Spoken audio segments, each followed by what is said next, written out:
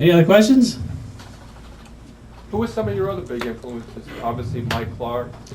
Yeah, to be honest with you, I loved Leonard Skinner. I listened to Leonard Skinner all the time. Like my brother, I had no choice. He's my older brother. And we had a room together. I heard the Grateful Dead about 10 hours a day, and Leonard Skinner at 5. And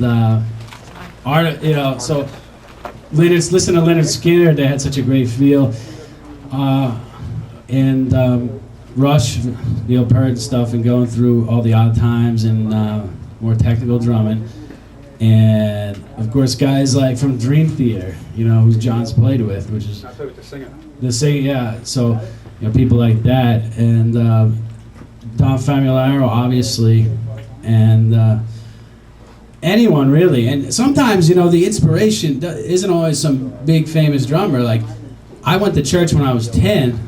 Frankie saw me there once. I talked to you outside. And the drummer of the church was awesome, man. We had this cool church.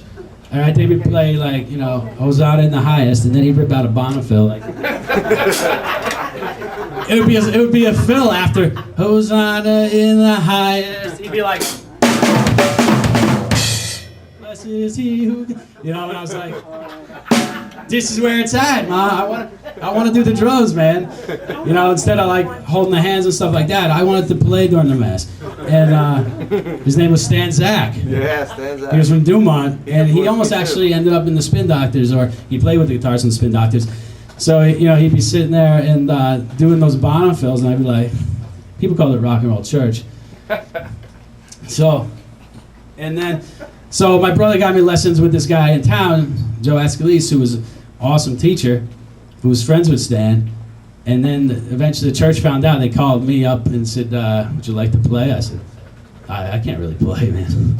And I said, all right, I'll try. So then I was the drummer in the church for like 5 years.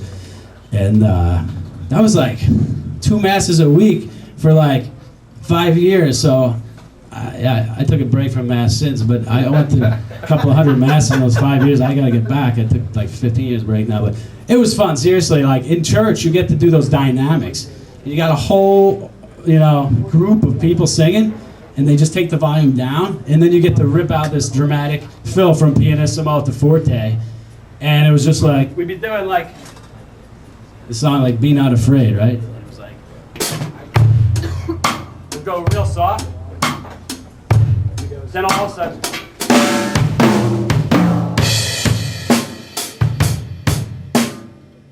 so that was my church experience. I didn't play that loud, but it's kind of like that.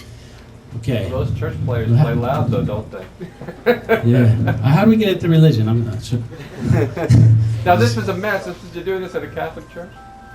Couldn't have been a Catholic Yeah, church. it was a Catholic church, but we kept it kind of low. The worst was they wanted me to do that drum thing when the priest cracked the joke that I was like, look, I'm not messing with the priest. I'm not doing that. They're like, come on, do it. I'm like, man. Can you imagine that during the mass? I mean, it was a church, but it was a little liberal. We had a drum set. Oh, yeah. I mean, I still had to keep the volume low. It'd be a Bonneville like this volume, maybe like.